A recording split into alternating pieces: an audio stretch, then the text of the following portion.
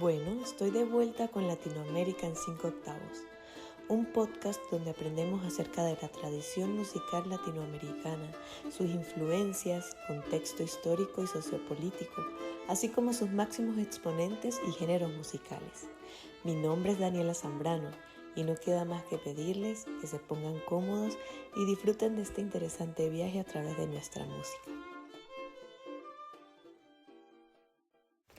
Hola a todos, es un enorme placer volver aquí y hoy, sobre todo, porque les comparto una entrevista con una mujer maravillosa, músico, mandolinista, investigadora y sobre todo amante de la música tradicional. Ella es Laura Ramírez, una mujer con una calidad humana irreemplazable y además con muchos aportes a la cultura tradicional de Venezuela. Disfruten tanto como yo disfruté haciendo esta entrevista. Bueno, estamos aquí con Laura Ramírez. Laura, muchas gracias por venir, por estar aquí, por atender mi invitación. Vamos a hablar un poco sobre la escuela de mandolina en Venezuela. ¿Sí? ¿Quién más que Laura para hablarnos sobre eso, ya que pues todos sus estudios han girado en torno a la mandolina y bueno, recientemente hizo un trabajo final de maestría en el que se enfocó precisamente en la escuela de mandolina de Iván Adler, ¿no? Uh-huh. Bueno, Lau, ¿cómo es el panorama de la mandolina en Venezuela? Bueno, primero, Dani, gracias por la invitación. Creo que es un espacio súper necesario y muy acorde para conversar este tipo de cosas. Entonces, de plano, gracias por pensar en mí también por el tema y por lo que pues poco a poco he realizado durante estos años. En cuanto al panorama de la mandolina en Venezuela, yo siento que hay como dos escenarios súper importantes y súper presentes. Uno es el de la escuela de mandolina un poco más académica y otro es el de la tradición popular o de la música de raíz tradicional. Que si bien dentro de la escuela de mandolina hay como pequeños momentos en los que se estudia la música tradicional y popular, pues no es el fuerte, no es el pilar más grande de la escuela.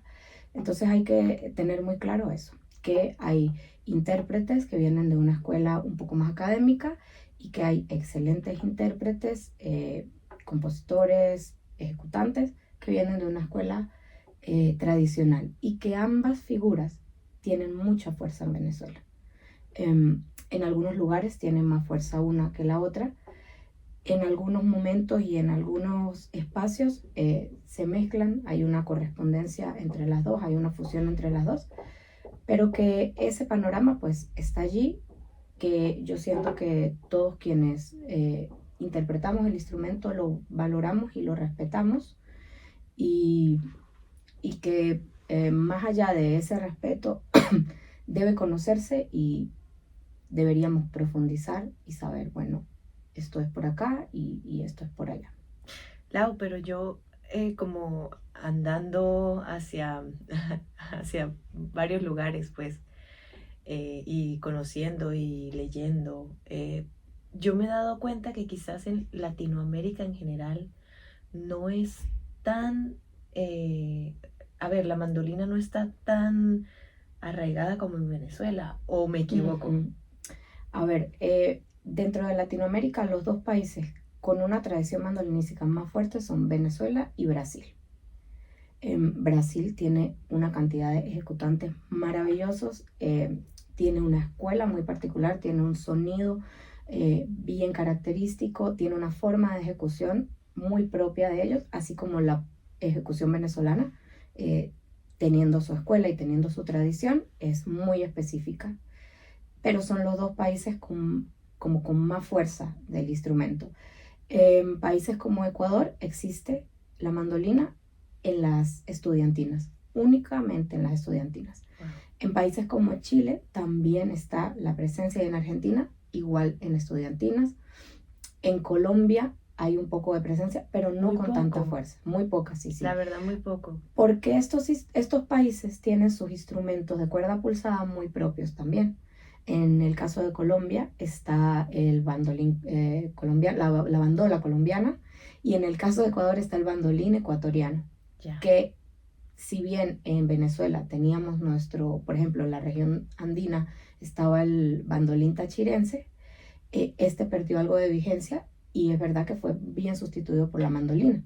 Pero lo que yo pienso, habiendo estado en Colombia y en Ecuador, es que la tradición de la bandola colombiana y del bandolín ecuatoriano siguen manteniendo presencia. Wow, sí. Y a ver, viene de Europa, ¿no?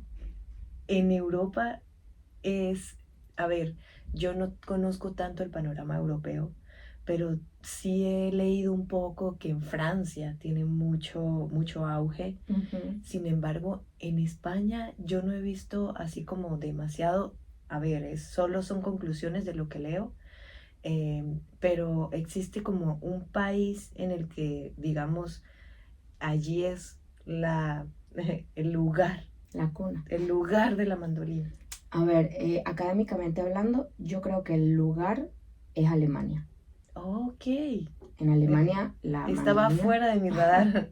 En Alemania la mandolina tiene muchísima fuerza y la escuela alemana de mandolina es muy fuerte. Wow. Es una escuela muy sólida, muy consolidada. Ellos tienen una forma de ejecución muy de ellos, muy propia. Incluso la púa que utilizan, la forma de sentarse, la ballesta, que le dicen aquí en España, pero nosotros la conocemos por... es un tipo de tela que se pone para que la mandolina no se corra. El modelo de mandolina que utilizan, todas esas particularidades están muy claras en la escuela alemana. Y es allí donde está el máster, como que uno de los máster más importantes de la mandolina a nivel mundial. Sin embargo, Italia tiene mucha tradición mandolinística. Rafael Calace, que es el padre de la mandolina moderna prácticamente, del romanticismo para acá, es italiano, es de Nápoles. Está su taller de lutería, la lutería Calace, que hace mandolinas excepcionales. Francia tiene muy buena escuela de mandolina, la técnica es diferente. Claro. La técnica de Alemania es muy de ellos, la técnica italiana es muy propia también, la escuela francesa también tiene su propia técnica, su forma de ejecución. Hay conservatorios donde se estudia. Aquí en España, particularmente, yo conozco que hay varios conservatorios donde se estudia, pero no sé a qué nivel, si es lo mismo que un conservatorio superior, lo desconozco. Creo que sí, hay un conservatorio en Ciudad de la Mancha, hay una orquesta maravillosa, creo que es la Orquesta Torre de Alfiler en Ciudad de la Mancha. En La Rioja hay mucha tradición de plectro, incluso está el Festival de Plectro de La Rioja, donde Venezuela ha tenido una participación muy importante, más o menos desde el año 82. En Galicia hay muy buenas orquestas de pulso y púa. Está la Orquesta Sons, de la que, bueno, he sido invitada el año pasado para formar parte de ella para el concierto de Semana Santa y soy invitada este año para hacer un concierto grande también. Es una orquesta maravillosa. En Barcelona también hay una orquesta, no recuerdo el nombre ahora, pero incluso hay una mandolinista venezolana de la escuela de Adler que toca en la orquesta de pulso y púa de Barcelona. Entonces, sí hay un movimiento de plectro, pero, bueno, la Universidad Complutense de Madrid tiene una orquesta de pulso y púa también, pero a lo que voy es que este movimiento de estas orquestas que yo he nombrado, si bien tienen una calidad profesional muy alta, no es un trabajo remunerado lo que tienen allí. Entonces, eso crea pues una distancia tal vez con otras orquestas de otros países europeos. Aquí el español tiene un nivel muy bueno musicalmente hablando, pero conforman en su mayoría las orquestas personas que lo hacen porque les gusta formar parte de ello. Por lo que decimos, por amor al arte. Por amor al arte, exactamente. Es el panorama que yo he conocido durante este tiempo. En Portugal también hay mandolinas, también hay orquestas. Tengo un amigo de Brasil que toca en una orquesta, creo que es Madeira, no recuerdo exactamente dónde, pero hay una orquesta de pulso también. Bueno, entonces, volviendo al panorama latinoamericano y específicamente venezolano, podemos decir también que así como en Europa, cada país tiene como su particular técnica. Digamos que en Venezuela es lo mismo, ¿no? Así como bien lo dijo que Brasil tienen su manera. Venezuela, supongo yo, porque no soy experta en el campo, que tenemos como esa forma particular y es como hermética, sí, por decirlo así. Sí. En efecto, en Venezuela tenemos la Escuela de Mandolina Venezolana. Esta escuela la lideró Iván Adler, quien fue la persona que se encargó de institucionalizar la mandolina. Porque si bien ha existido desde la llegada de la estudiantina Fígaro a Venezuela en 1880 y algo, desde ese momento la presencia de la mandolina en las instituciones musicales ha estado muy vigente. Se crea la primera estudiantina Fígaro, en Caracas, dirigida por un músico español, y a partir de allí es muy normal conseguir en Venezuela, en las instituciones educativas y gubernamentales, en las casas de la cultura, la presencia de la mandolina en las estudiantinas. También, pues el maestro Luis Felipe Ramón y Rivera funda la orquesta típica caraqueña, y hay una gran cantidad de orquestas típicas en todo el país. Claro. Y están, pues, a partir del proyecto Alma Llanera del Sistema Nacional de Orquestas, las orquestas conformadas por instrumentos típicos. Entonces ahí hay un panorama bastante amplio que nos muestra que la mandolina tiene mucha presencia. Y era de lo que hablaba al principio. Pues tenemos que darnos cuenta que hay como dos vertientes. Está nuestra escuela de mandolina académica, que la podemos llamar de esta forma, que fue liderada por Iván Adler, quien, bueno, se encargó de, a partir del pensum de la escuela francesa, del pensum de la escuela italiana y de mucha investigación que hizo, de elaborar no le llamamos ahora pensum, o no le llamo yo ahora pensum, porque a partir del TFM hemos decidido llamarlo plan de estudios del instrumento. Entonces, ese plan de estudios del instrumento está conformado por años, donde aparece cuáles son las cualidades técnicas que debe cumplir un alumno y cuál es el repertorio de cada nivel.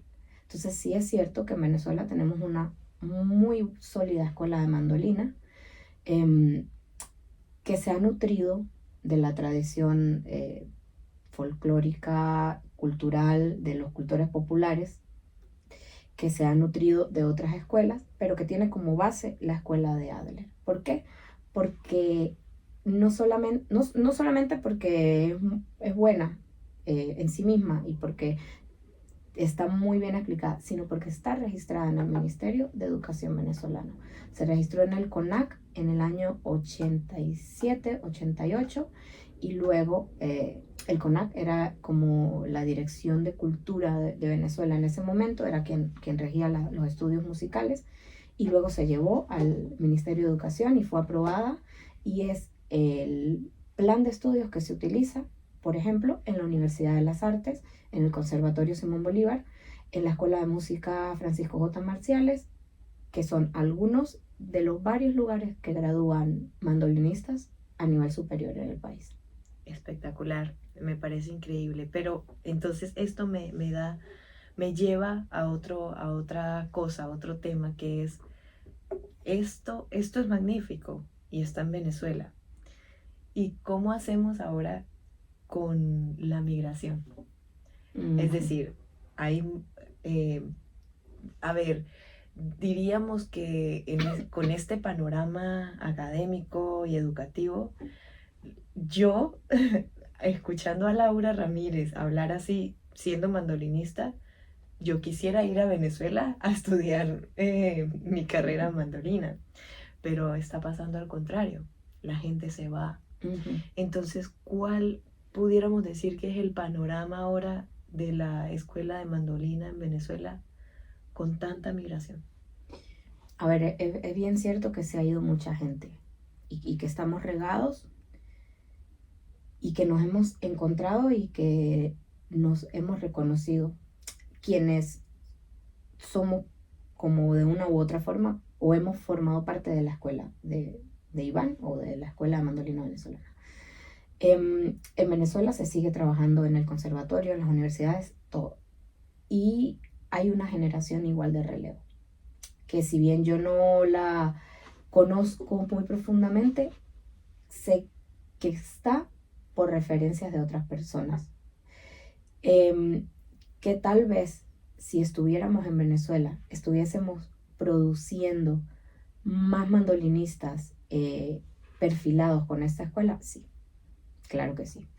Porque yo estoy segura que yo tendría mi cátedra, que Sabrina tendría su cátedra, que Rosemary Rangel, que es otro referente de la mandolina y que viene del mismo lado, tuviera su cátedra y que estaríamos formando gente perfilándola en esto. Es cierto. Pero tampoco podemos pensar que no se está haciendo un trabajo. Sí se está haciendo en menor escala, por supuesto que es en menor escala, pero también quienes estamos afuera, yo siento que estamos haciendo cosas importantes para la mandolina. Hay gente en Alemania, hay en Francia, hay aquí en España, hay gente en Portugal, que vienen de la Escuela de Mandolina Académica Venezolana y que es muy bonito que todos, por ejemplo, conversando con personas ajenas de otro país, de aquí, de lo que sea, nos dicen, es que ustedes tocan diferente.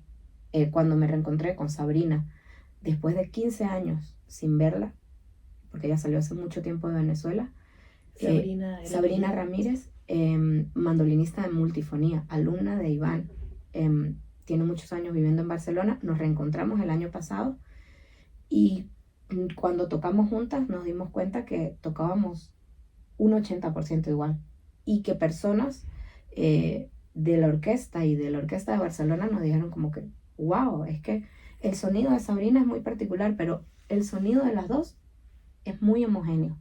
Yeah. Y lo confirmamos nosotras mismas porque tuvimos la oportunidad de grabar algo juntas y nos dimos cuenta que en efecto la escuela está ahí, está muy presente. Entiendo perfectamente. Yo no quiero ser pesimista ni nada, pero pues sí me gusta pensar en estas problemáticas porque son problemáticas sociales que impactan directamente en un tema en el que se ha trabajado demasiado. ¿Sí? Esta investigación de Iván Adler, el hecho de institucionalizar la mandolina en Venezuela, que sea uno de los dos países de Latinoamérica en los que más se practica, pues se estudia la mandolina. Esto es maravilloso. Y a veces uno echa la mirada atrás y dice, ¿qué hay para mí allá, no? Es un poco, no me gusta hacer la mirada pesimista, pero sí me gusta ser realista. Y por eso es que hago estas preguntas. Me causa mucha curiosidad y una emoción positiva que los tres nombres que aquí, además obviamente Iván Adler, sí, pero hubo tres nombres aquí y son de mujeres. Sí, Sabrina Ramírez, Laura Ramírez, que tengo el honor de estar con ella aquí, y Rosemary Rangel. Entonces, también es otra cosa, la mujer, el papel de la mujer sin caer en extremos, ¿sí? El papel de la mujer como intérprete de la mandolina ha sido notable. Yo pienso que en Venezuela ha sido muy notable. Hay mandolinistas fabulosas y que han hecho cosas importantes o que siguen haciendo cosas importantes. No quiero decir que no hay mandolinistas fabulosos, claro que sí. Está Edwin Arellano, está David Linares, que creo que está en Brasil. Está Jorge Torres, que está haciendo un trabajo impresionante en Caracas con una cátedra de música venezolana fenomenal y que además tiene un trabajo solista que yo me atrevo a decir que es único en el país, como maneja en la mandolina, estilo Hamilton de Holanda. Entonces, bueno, hay muy buena presencia de ambos sexos, pero es verdad que la mujer sí ha tenido una cara muy visible, que tal vez no ocurre en otros instrumentos. Claro. En forma general. Totalmente. Y claro que uno busca mantener esa conexión con las mujeres con las que conoce y con las que ha trabajado. Y por eso tal vez yo traigo a colación esos nombres, porque además de ser excelentes intérpretes, la afinidad del instrumento pues nos ha unido bastante. Pero sí es cierto, por ejemplo, Ana María Fernández fue una de las mandolinistas de multifonía, está en Portugal ahora y ella fue una de las personas claves para hacer mi trabajo de fin de máster, porque estuvo muy cerca de Iván, escribió mucho sobre Iván, tiene un trabajo no solo como instrumentista, sino también escribiendo. Hay muchas personas dentro de las orquestas típicas también que son mandolinistas y que aunque no todas son de la escuela de Iván, la mujer tiene mucha presencia también allí. La directora de la estudiantina de la Universidad Central de Venezuela es una mandolinista venezolana y es una figura excelente, y dentro de la orquesta típica nacional también las hay. Entonces, más allá solo de la escuela, la presencia de la mujer yo creo que ha sido bien importante en la formación de generaciones y liderando proyectos como dirección o no sé hasta qué punto composición, pero también como formadoras, como educadoras y como pedagogas. Maravilloso, eso me parece muy, muy interesante y me parece algo que rompe esquemas, porque la verdad es que no podemos negar que sigue habiendo aún como esos paradigmas de los que no podemos escapar. Sí. La otra pregunta que quería yo traer a la mesa es, somos migrantes, ¿sí? ¿Cómo es ser músico migrante? Yo lo sé, pero a mí me gusta preguntar. A ver, yo creo que uno tiene que armarse mucho o darse un baño de realismo. Más cuando uno ya tenía consolidado algo dentro de Venezuela, ¿sí? Que en mi caso particular creo que fue así. Que yo comencé como una carrera, tuve la fortuna de rodearme de muy buenas personas y de hacer música con mis ídolos musicales allá. Entonces, en un momento lo estoy logrando, tuve que salir y fue un golpe de realidad muy fuerte saber, aquí no soy nada. Nadie. Aquí no soy nadie, sí, aquí no soy totalmente. nada, aquí tengo que construir otra vez lo que quiero hacer, empezar a tocar puertas, empezar a mostrar el trabajo de a poquito, empezar a palpar el panorama, a saber qué hay, qué no hay, con qué cuento, con qué no cuento, si la música va a sonar igual o no va a sonar igual. Poner sobre el tapete pues como que todas esas cosas. Y si como yo vuelven a migrar, entonces lo que se había hecho en el primer país ya vuelve a cero. A ser cero en una escala. Vuelve a ser cero en esa escala. Entonces hay que llegar otra vez. Por fortuna uno ya sabe, bueno, pues esta es la dinámica. Y también que tanto músico por fuera, pues más bien yo siento aquí que conozco más gente que cuando llegué a Ecuador.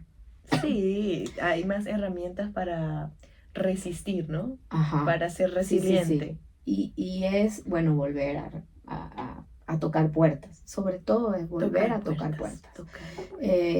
Bueno, pues conocí a un guitarrista que toca muy bien, decirle, pues mucho gusto, yo soy Laura Ramírez y soy mandolinista y estoy a la orden. Y conocí una directora de orquesta, igualito, meterme y decirle, mire, yo soy mandolinista y soy mandolinista de corte académico, si pudiera decirse, y puedo tocar un concierto y tengo esto y esto montado. Ese trabajo pero no es fácil. No es fácil para nada, porque yo he estado en ese lugar. Es muy cerrado. Es como, no, y además no es fácil, ni siquiera estoy hablando de la recepción de la gente, de cómo lo reciben a uno, sino de uno tener, porque hay personalidades, por ejemplo, yo en mi personalidad, para mí es demasiado difícil acercarme a decir, soy esto y puedo hacer esto y por favor. Uh-huh. Y no es porque, a ver, no es por nada malo, es porque es complicado para mí. Sí. Es complicado. Entonces, no es fácil como tomar el valor. Uh-huh. Para mí eso es como tener valor, como ser valiente de ir y acercarme, y que todavía me falta. Que lo he hecho, sí lo he hecho, pero estoy segura que he dejado pasar millones de oportunidades porque digo, no puedo acercarme. De verdad. Pues yo no. Yo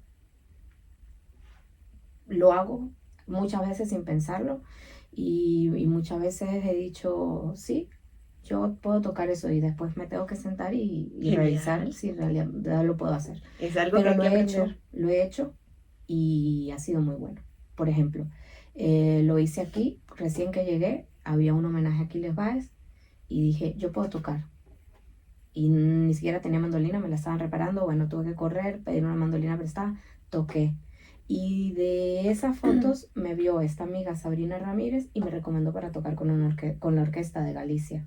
Y me fui a tocar con ellos. Y en la universidad supe que la directora de la orquesta de la facultad es una profesora cubana, excelente persona y profesional. Y en la primera oportunidad que tuve de sentarme con ella, le dije, mire, yo soy mandolinista y me encantaría tocar con la orquesta. Y ella me dijo, ¿tienes algo? Le dije, sí, tengo esto, y le di las partes de cosas que yo tal vez había o estudiado en la carrera o las había tocado con otra agrupación, y ella me dijo, listo, tocamos esto y esto. Y ha sido así, y es la única forma que yo he encontrado para un poquito... abrir un poco el espacio. Sí, abrir el espacio y mostrar, porque es verdad que la vida mía en Venezuela era tocar. Claro. Y que desde el 2017 yo me volví a sentar con una orquesta en 2023, que fue sentarme a llorar, porque yo decía, wow, tengo tantos años sin hacer esto que era mi vida, claro, que es un golpe muy, muy fuerte. Claro, pero es también gratificante que gracias a que tiene esa actitud de tocar las puertas, de, a ver, yo puedo, yo hago esto, eso se vive. Cosas que si uno no se atreve, se queda pensando qué hubiera sido, ¿no? Entonces eso creo que es una reflexión importante en esto. El músico migrante, creo que todas las personas, pero hablando aquí de nuestro campo, de nuestro rubro, el músico migrante tiene que tocar puertas. Es indudable, hay que tocar puertas si lo que uno quiere es abrirse un espacio, ¿sí? Que hay lugares en los que es más difícil que en otros, en eso estamos de acuerdo, y bueno, hay que luchar con eso. Pero es lo que nos mueve, ¿no? Y estar preparado. O sea, yo no puedo dejar de estudiar, no puedo enfriarme, porque cuando yo estoy preparada para poder asumir la situación, el decir sí no me va a comprometer de mala manera conmigo misma. Claro, sino que el decir sí va a ser una oportunidad de decir, listo, esto ya está cocinado y está para servirse. Exactamente. Entonces, siempre el estar preparado es muy importante. Sí, esa es otra cosa. Laura, ahora, es maravilloso todo esto que estamos hablando, pero también quiero yo darle un poco de importancia dentro de la música. em, a ver, la ejecución instrumental es prácticamente todo en la música, pero hay algo muy importante y algo que yo he descubierto que es fundamental, que es la investigación, que es el campo en el que nos hemos estado moviendo, ¿sí? La importancia de la investigación en la música, a ver, no lo quiero como comparar o no quiero dar porcentajes, pero sí quiero mencionar y quiero que aquí discutamos algunos argumentos sólidos por los cuales pensamos esto. ¿Qué piensa de eso? A ver, en cuanto a la música venezolana puntualmente, hay mucho por escribir. Hay demasiado por escribir. A pesar de que tenemos dos personajes que se encargaron de escribir demasiado de la música venezolana y de las tradiciones, que Sí, son Isabel Luis Arias Felipe y Isabel, sí. Sí. A ver, que ellos se especializaron en un campo un poco más etnomusicológico, claro, y que sus investigaciones son raíz para lo demás. Que tenemos libros como La ciudad y su música de José Antonio Calcaño, que hemos tenido gente que ha escrito, pero es que la historiografía no para, la historia no para. Y hay muchos aspectos dentro de la música venezolana, no solo tradicional, sino académica, que uno mismo va a consultar y no tiene fuentes. Sí, no hay fuentes de dónde agarrarse. Precisamente lo de la escuela de mandolina. Pues en Venezuela se conoce la figura de Iván y se sabe qué hizo, pero ¿dónde hay algo escrito que a mí me diga, que a mí me cuente qué pasó, cómo pasó, por qué pasó, quiénes están ahí? Ha sido un trabajo de hormiga de muchos mandolinistas que lo hemos hecho, que uno se sentó, hizo una tabla por generaciones, que se sentó y agrupó a los académicos y a los tradicionales, que se ha hecho un trabajo muy, muy grande, pero falta muchísimo y la investigación está como que muy poco valorada en Venezuela. Es que ese creo que es el principal problema. Yo quería hacer ese comentario. Sí. Hay gente que lo está haciendo o somos varios que estamos luchándolo, y yo sé que hay gente en Venezuela como estamos fuera de ella también, escribiendo y queriendo mostrar, pero falta una barbaridad por hacer. Sí. Entonces, pero también falta apoyo. Sí, claro. A ver, que más cuando uno viene a un país como este, sí, donde hasta los periódicos están digitalizados. Yo hice un mapa sonoro del año 1850 en Madrid y conseguí el 90% de los conciertos que se hicieron en Madrid.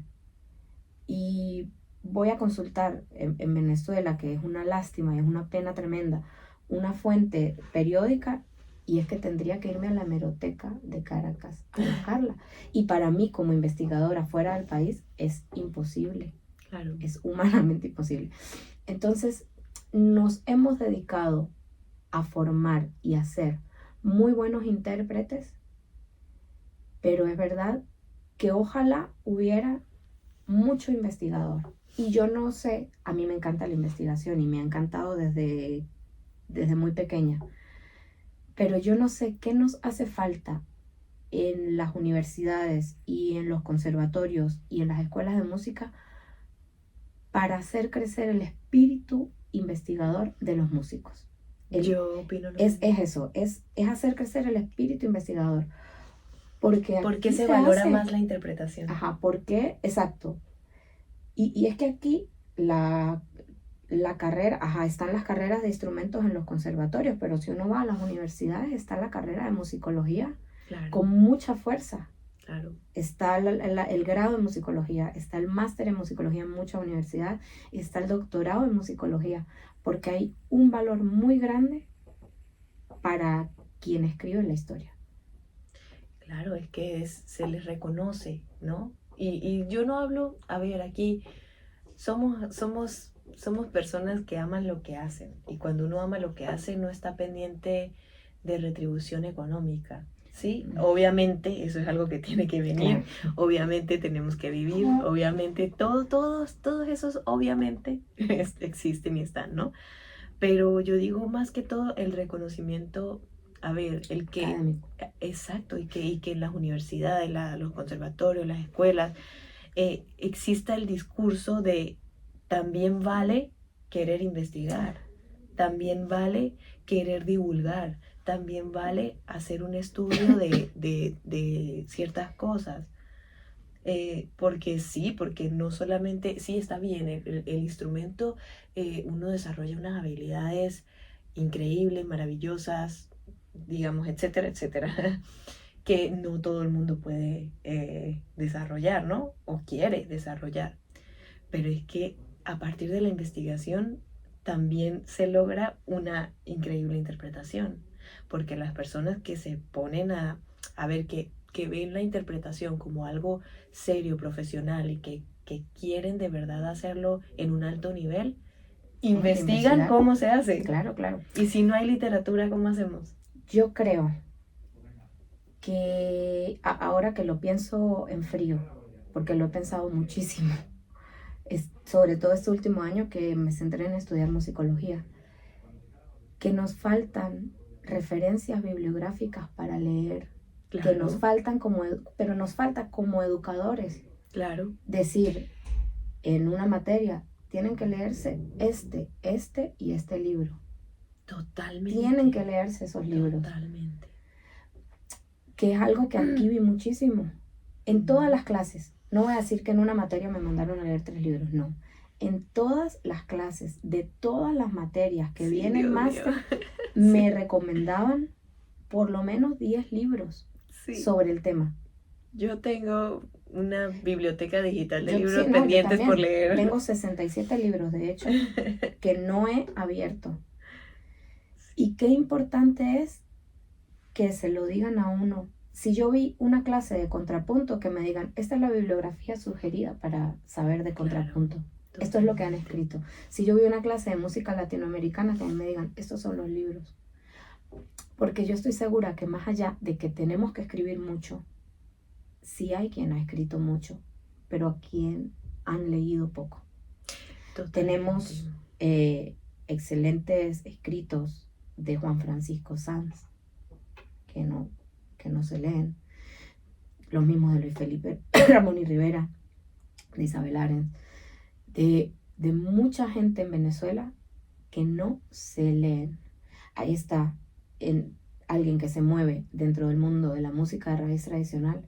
Ya se leyó el libro de Miguel Porras Becerra de la música tradicional venezolana. Es un libro que está en digital. Es un libro que explica muy bien el panorama. ¿Qué sucedió y por qué en Venezuela hubo el auge tan grande de la música de raíz tradicional a partir de agrupaciones que se han vuelto instituciones prácticamente como el Cuarteto, Raíces de Venezuela, el Venezuela 4? Pues ese libro lo vamos a desglosar aquí. Ese es uno de los libros referentes para todo aquel que haga música tradicional venezolana, pero no nos enseñaron a leer. No. Y lamentablemente es un problema que estamos arrastrando y que de una u otra forma afecta la historiografía musical de Venezuela. Sí.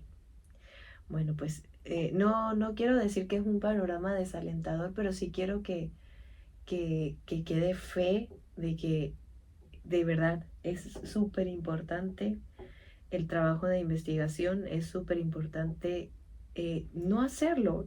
A ver, sí hacerlo, pero leerlo también, consumir este contenido, porque eso es lo que mantiene vivo el espíritu investigador, del investigador, valga la redundancia. Entonces, yo sí creo que eso es algo que tiene mucha importancia. Además que yo no sé si es con los años que uno se va dando cuenta que la literatura, todo lo que uno pueda consumir escrito, de verdad es súper valioso, súper valioso. Entonces, nada, Lau, de verdad, muchísimas gracias por este espacio. Yo me conozco con Laura desde muy jóvenes, éramos unas chiquillas, y agradezco mucho a la vida la oportunidad de reunirnos y en este contexto tan bonito. A ver, hemos estado reunidas en muchos contextos, pero en este en especial me parece maravilloso. Además, es la primera mujer que entrevisto. Y eso me tiene muy contenta. Me tiene muy contenta porque es una persona que admiro profundamente. El nivel de profesionalismo con el que toca su instrumento a mí me encanta, pues me parece increíble. Es un referente. Yo no toco el mismo instrumento que Laura, pero yo quisiera tocar mi instrumento como lo toca Laura. Y nada, de verdad, muchísimas gracias. Espero que todo siempre salga perfectamente en la vida personal y profesional de Laura Ramírez. Y nada, muy agradecida. Gracias, Dani. Gracias por la invitación. Y bueno, gracias a todos quienes nos vayan a escuchar. Si tienen alguna duda, se pueden comunicar conmigo. Claro, si quieren algún libro, si les interesa leer, pueden comunicarse conmigo y yo con todo el gusto les puedo enviar lo que esté a mi alcance que necesiten. Genial. Aquí va a estar todo para contactar a Laura, y yo misma quiero libros, así que ahorita conversamos de eso. Muy bien. Gracias. Gracias, Dani. Bueno, esa fue mi conversación con Laura Ramírez.